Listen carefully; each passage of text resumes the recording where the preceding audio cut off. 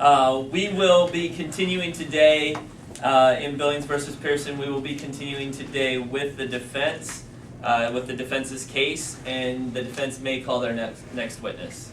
The defense would like to call Brendan Lee to the stand. Brendan Lee, if you would please take the stand.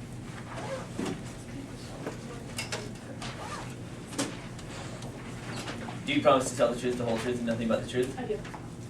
You may proceed. What is your name? Brenda Lee. What is your position at King High School? I'm the principal. How long have you been working there? 3 years.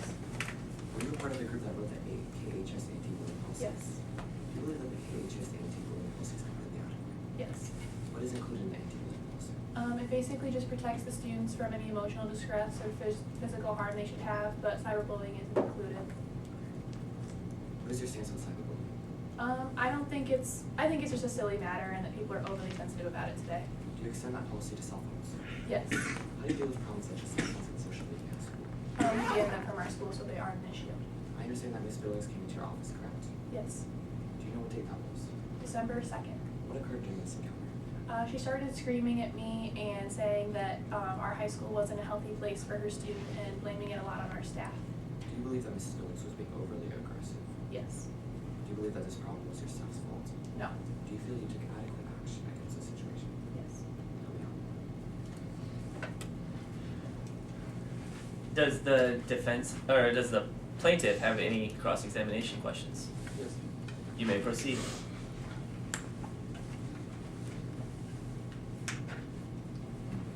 Would you please state your name and occupation?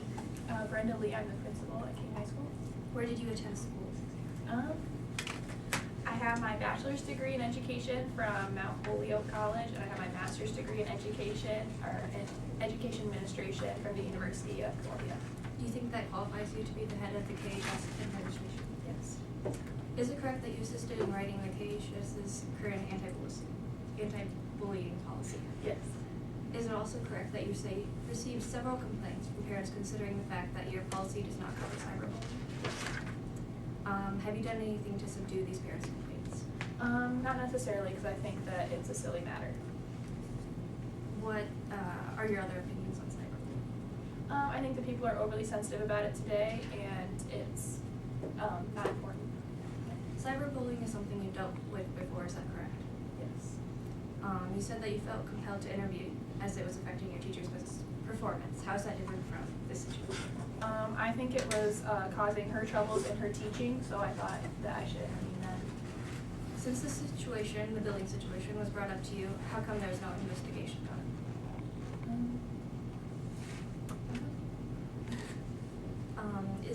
If there would have been some investigation, you wouldn't have had to apologize for the situation getting out of hand. Is that not correct? According to your witness statement, you didn't know that something bad was going on between Pearson and Billings. Yes, because there are so many students at our school, it's kind of hard to keep track. However, you received an email from the 9th grade counselor regarding Billings and Pearson. You made the decision not to investigate since it's outside of the school grounds. Yes. Do you agree that you did not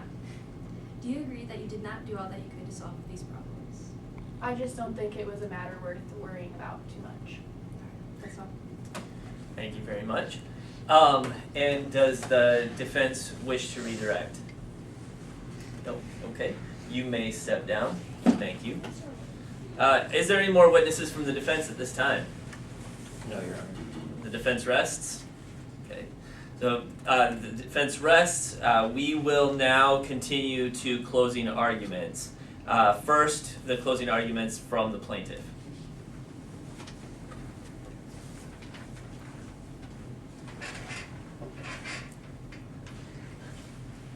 Your Honor, the negligent supervision of KHS and harassment from CJ Pearson caused Alex Billings to have severe emotional trauma. Our client was a straight-A student with a bright future, and this incident plagued his school days. You heard from Gabriela Rodriguez, the counselor at SJA and a PhD in school psychology, about the emotional harm that occurred to our client. You also heard from Frances Billings, our client's mother, for an experience on how this incident was affecting Alex's life. You also heard a first-hand account from our client on how horrific this bullying became. You saw the MySpace page as evidence, and you witnessed in it the amount of people constantly harassing Billings and how it can impair his functioning on a day-to-day basis.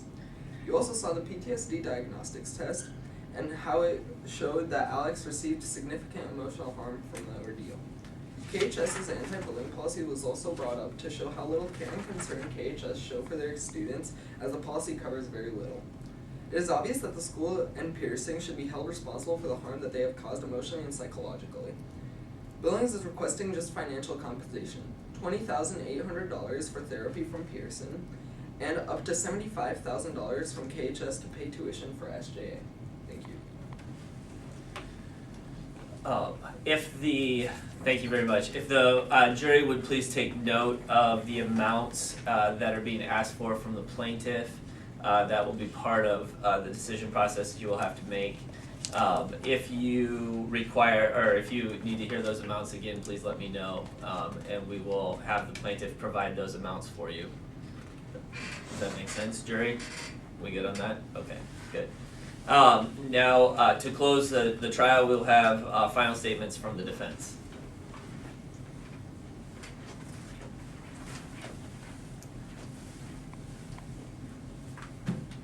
Your Honor, in this case of misunderstandings, the defense admits that our client, CJ Pearson, was first in contact with Ms. Billings at freshman orientation. Ms. Pearson is a hard-working student who is involved in her school activities. Ms. Pearson has elaborated that she did tease Ms. Billings but had no intentions on permanent damage. Ms. Pearson also understands that this charge would be detrimental to her future in terms of job and education. Because of this case, Ms. Pearson may not have enough money for college due to the large amounts of money Ms. Billings and her family are asking for. Your Honor, we called to stand at Exhibit A and B. The messages that Ms. Pearson sent could be conceived as rude, but she absolutely had no intention of hurting Ms. Billings and only meant them as a stunt. The defense's witnesses that we called to the stand showed that Ms. Pearson never had the intention to hurt Ms. Billings. And with that, the defense rests our case. Thank you. Thank you. For final instructions for the jury, your instructions are that you need to decide, you need to choose a verdict. You need to decide whether, first of all, whether CJ Pearson is guilty, and if so, what amount they have to pay. If not, what possible damages the other side may have to pay. And then also whether the school is liable and what damages they might have to pay, or that the plaintiff may have to pay to the school in damages if you choose the other way. So you have two decisions to make, and then you have the amount to choose as well once you've decided who wins the case. Okay, so those are the final instructions for the jury. We will adjourn until tomorrow, at which time the jury will be completed with their deliberations and will give a verdict for the trial. We are adjourned until tomorrow. All right.